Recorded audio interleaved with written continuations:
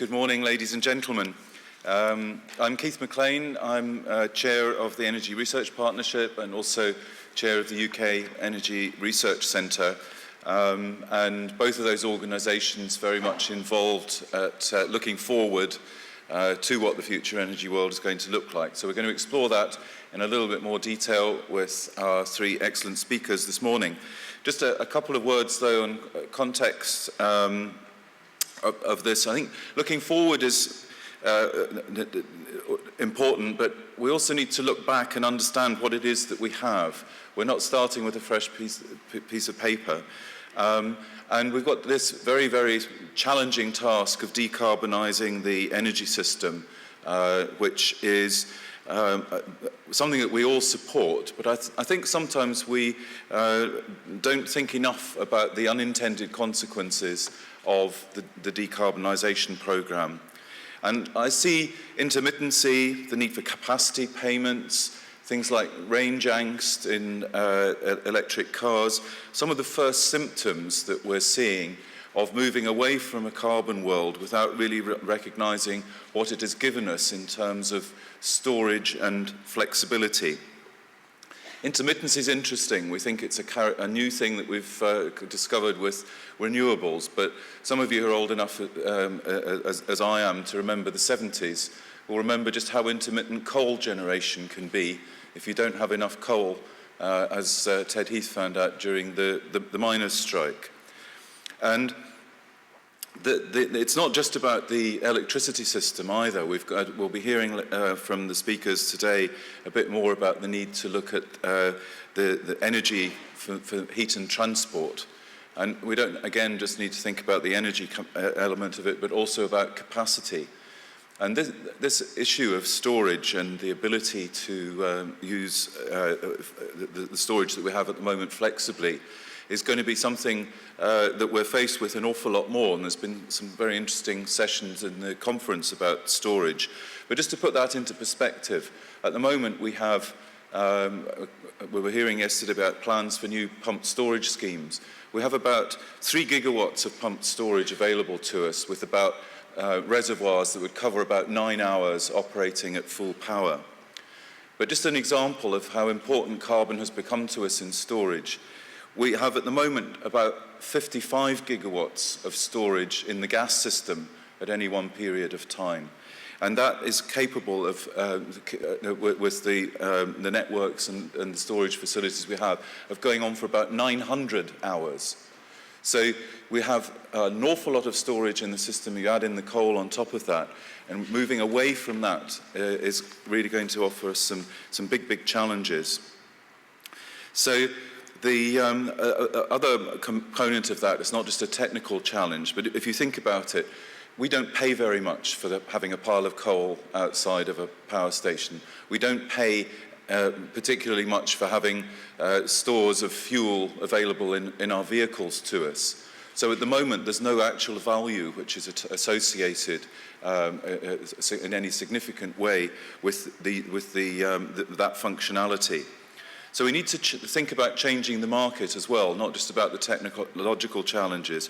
We need to reflect better the values, the separate values of energy, of capacity, of services like storage, which we need not just in the short term, but to cover seasonal fluctuations. We need to think about the flexibility and the ability to move our energy sources across sectors like heat, transport and power. And we hear very often from the politicians that we'll let the market decide about all of this. Well, even if that was true for the end use and some of the production aspects of it, it's certainly not the case for the infrastructure. Nearly all of our infrastructure these days is provided by regulated monopolies, and there isn't a market to actually decide. So we do actually need our politicians who we're going to see elected, whether they take up government from tomorrow, I'm not quite sure, but one of the big challenges for them is actually going to be able to create an honest and logical view of what the system is that we're trying to create, and a narrative of how we're actually going to get there, because the transition is also very important. And we need to get a proper balance between incentivizing things to happen. It's all very well incentivizing the good and hoping that the bad will go away, but that's not usually the way of life. So there's some difficult decisions there about regulation that will need to be taken. But those important decisions about the obvious things that need to be done, and also narrowing down the field when there's a lot of options and no clear view, are going to be some of the important choices that face the new government here over the next 5 years. So anyway, enough from me. We'll move into the presentations, which will go into some of these topics in a bit more detail. And I'm delighted to introduce our first speaker today, Paul Ekins, who is Professor of Resources and Environment Policy at UCL. And Paul is also the Deputy Director at UKirk. Paul. Well, thank you very much, Keith. I will indeed pick up a lot of those themes. Thanks to the organizers, thanks to you for coming here. I want to give you a kind of panoramic view of the way the energy system in the UK and I believe globally needs to develop and I hope will develop. My title is about challenges and opportunities to 2050. I want to stress the opportunities, in the sense that it's obvious that the transition on which we are already engaged is going to be a bumpy one. It's not going to be an easy ride, but I'm firmly of the opinion that if we manage it sensibly, by the time we get to 2030 or 2040, we will realize that we are in fact in a better place than we currently are in terms of looking forward and achieving the three big policy challenges to the energy system which face us. There are three. I'm always told I put too many words on my slides. I apologize for that. They will be available afterwards if you feel there's anything in them that merits going back to them. But I think it's sometimes worth spelling out enough of the detail in enough precision for people to really appreciate the complexities of the subject that we're covering. The third of those challenges, of course, affordability. The need for competitive energy is not new. We've always wanted that. We've been extraordinarily fortunate in the sense that we've had our own oil and gas supplies, and for much of the last few decades, they've been relatively cheap. That era is changing, and we need, therefore, to look to the other two of the energy policy objectives. The second, energy security, is also quite a familiar one. I've only got one slide on that, and then I'm going to go on to what Keith mentioned is the real game changer, the need over a period of time to squeeze carbon out of the energy system in order to get a grip on climate change. So that is the challenge. And quickly on energy security, which is a fascinating topic. It has, of course, two dimensions: the domestic dimension of ensuring that we have the infrastructure and the kit to convert primary energy sources into final energy that end users want to use and which is available for them in the quantities and at the time when they want it. And then there's the foreign component. We have been very lucky in having experienced recently almost self-sufficiency in fossil fuels for a couple of decades. That, of course, is no longer the case and is unlikely to be the case, in my view, going forward.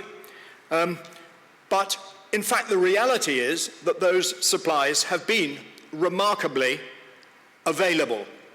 And most of the disruptions that we've had to our energy system have been from the first reason, weather events and other accidents that have happened domestically that have disrupted it. So one needs to keep these foreign dimensions in proportion. Over the last couple of years, I've resolutely been speaking in favor of the unlikelihood of the lights going out. Newspapers get terribly excited always around about September or October, about the time the National Grid produces its winter forecast, and they're all saying that the lights are going to go out. It's been quite clear to me over the last couple of years that that was very unlikely, not impossible, of course, if we had very unwindy days combined with very cold periods, etc. But the odds on that seem to me to be low. And of course, energy security costs money. It would be quite easy to have a totally secure energy system if we were prepared to have tens and tens of gigawatts of capacity available for the 1 or 2 weeks in a year when it would be likely to be necessary. I'm very glad that we haven't yet gone in that direction, and I hope we keep energy security sufficiently prioritized, but not too paranoidly prioritized, in order to make sure that we continue to hit the affordability button. So this transition is going to be very uncertain.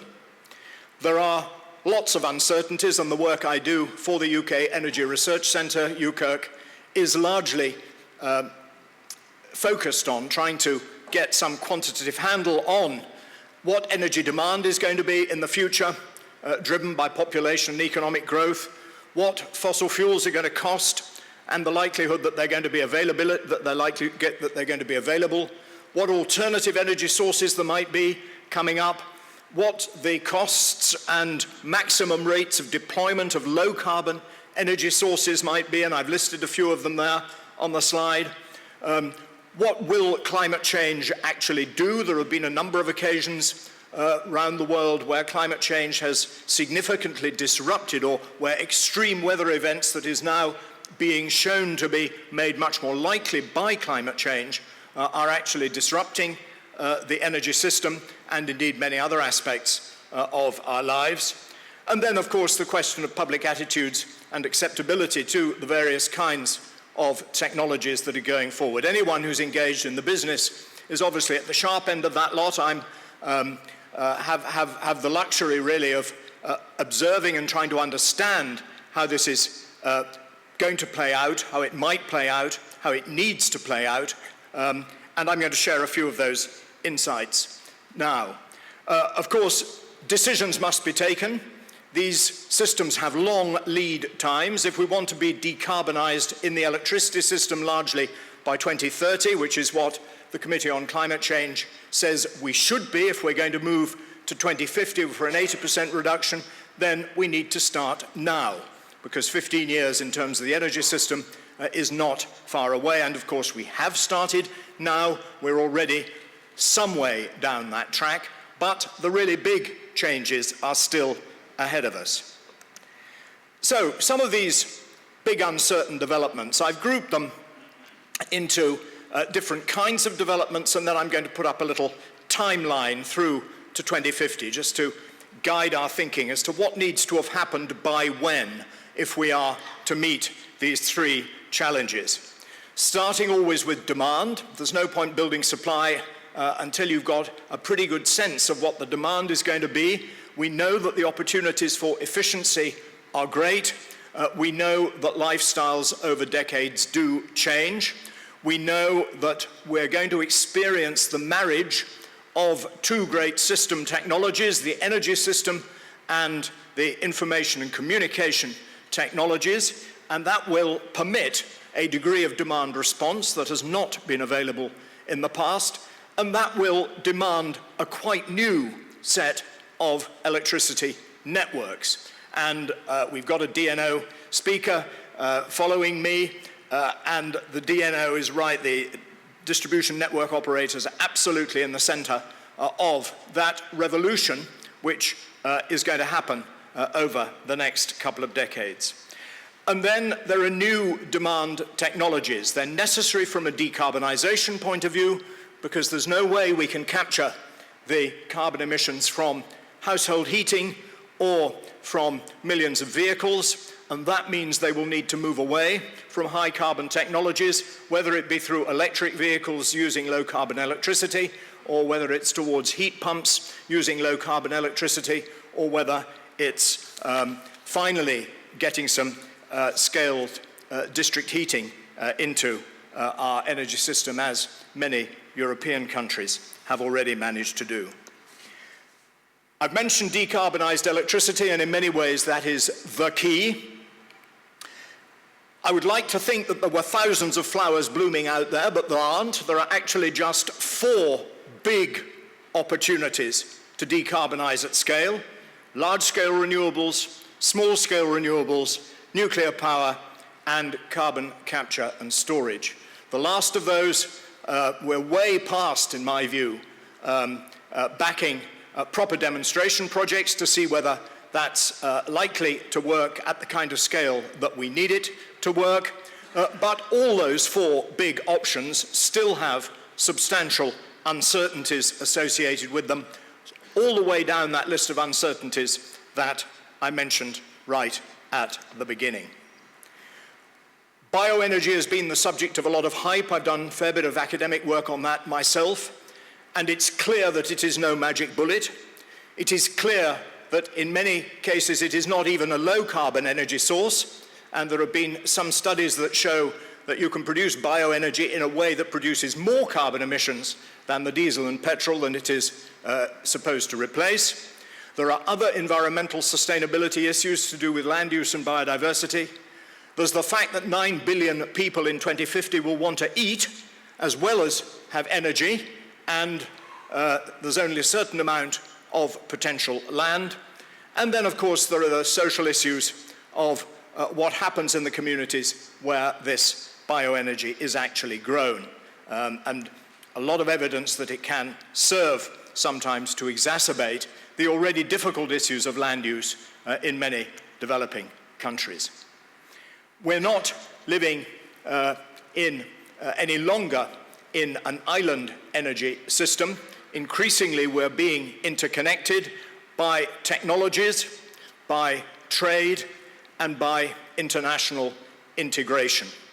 And getting the right balance between competition and cooperation to ensure that we get the sort of international integration that we need in order to keep costs low and in order to increase security is going to be another major political and technological challenge.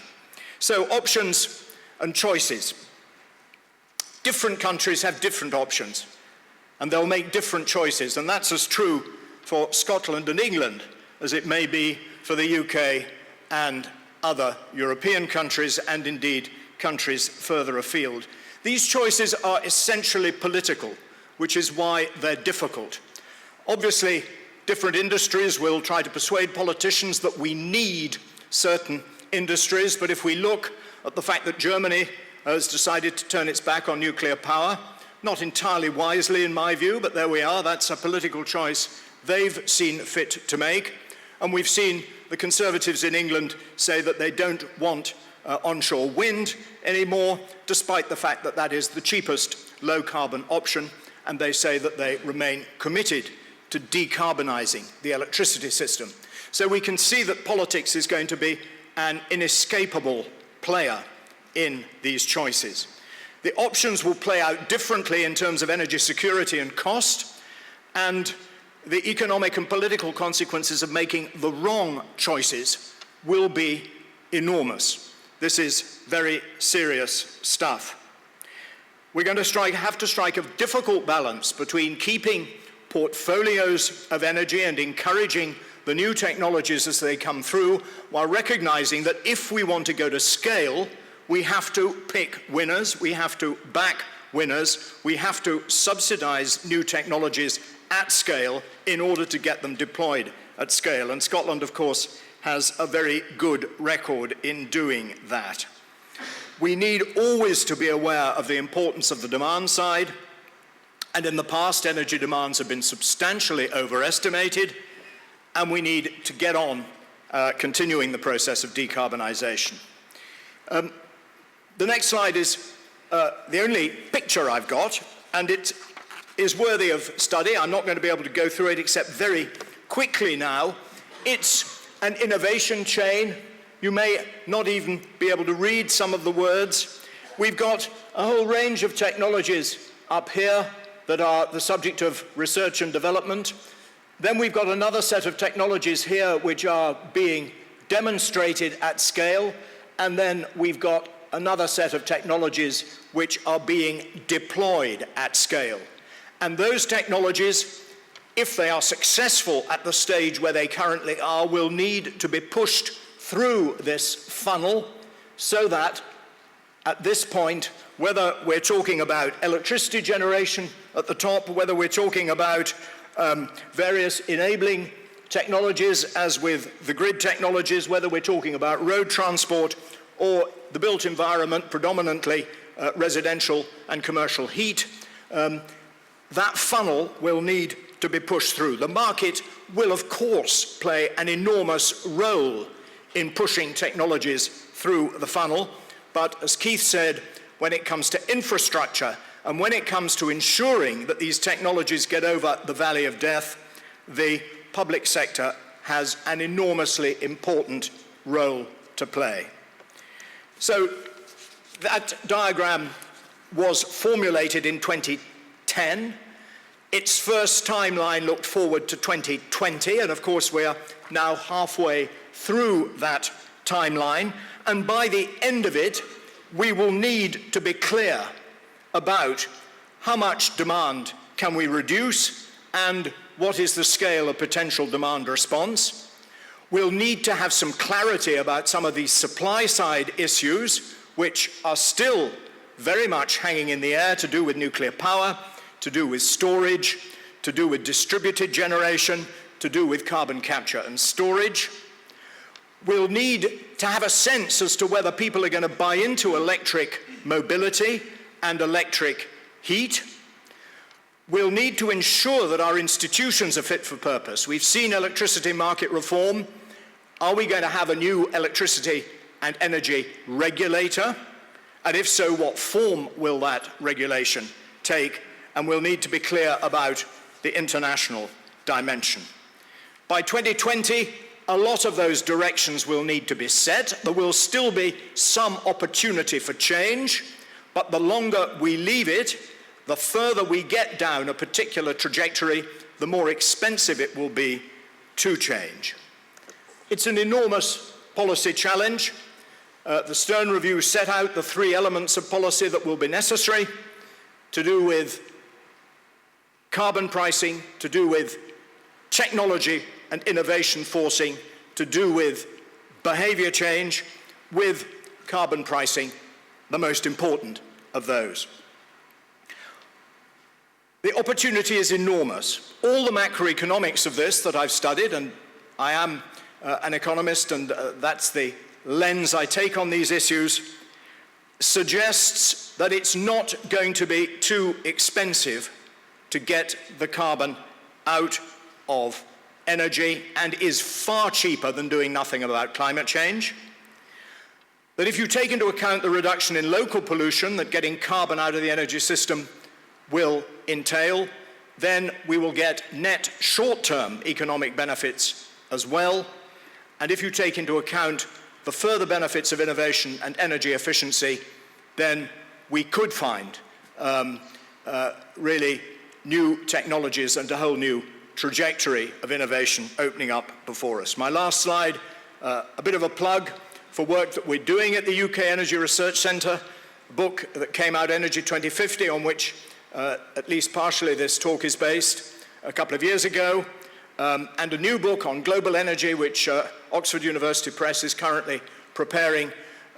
Both of those, I think, do give much more detailed insight into the very exciting journey that we are now undertaking, and which obviously all of you are playing a very important part in. Thank you very much.